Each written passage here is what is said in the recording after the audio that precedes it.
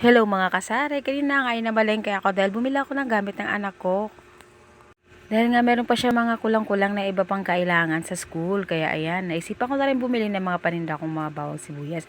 Yan po kasi ang nabibili sa akin araw-araw mga kamare. At ayun nga, wala pa rin pagbabago, mahal pa rin ang mga bilihin, di man lang bumaba.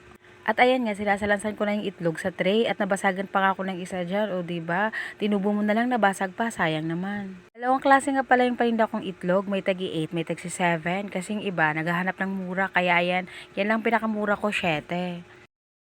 At pag linggo lang talaga ako may oras mamili sa palengke mga mare, kasi pag sa palengke di ko sinasama yung anak ko kasi nga medyo maputik at madumi doon.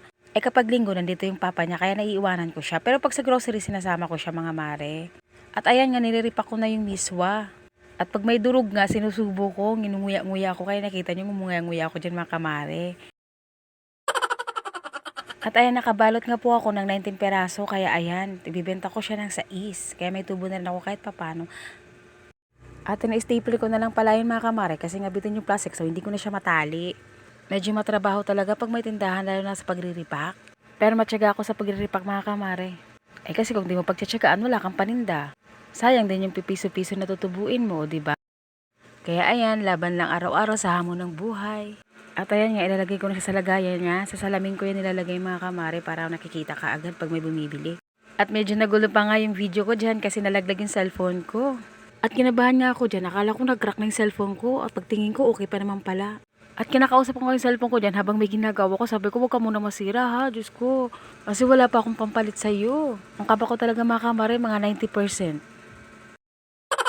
At ayun nga pagkatapos ng biswa, piso naman ang tinda ko dyan mga kamare. Hindi ko na yan sinusukat mga kamare, tinachansa ko na lang.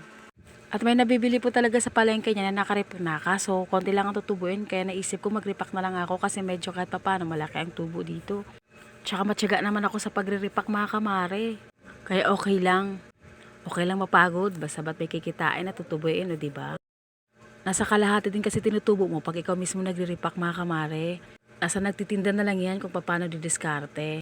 Kasi pag andyan yung papa niya, silang dalawa nagbabanding. Banding nila pag linggo. Kaya ayan, nagagawa ko lahat ng gagawin ko pag linggo. Katapos nga balutin yan mga kamare, in-stapler ko yan siya pa isa-isa, o diba?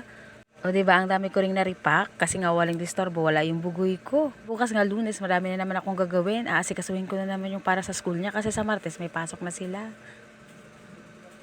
At ayan, natapos din ako. Yun lang mga kamare. Bye. Thank you for watching. God bless.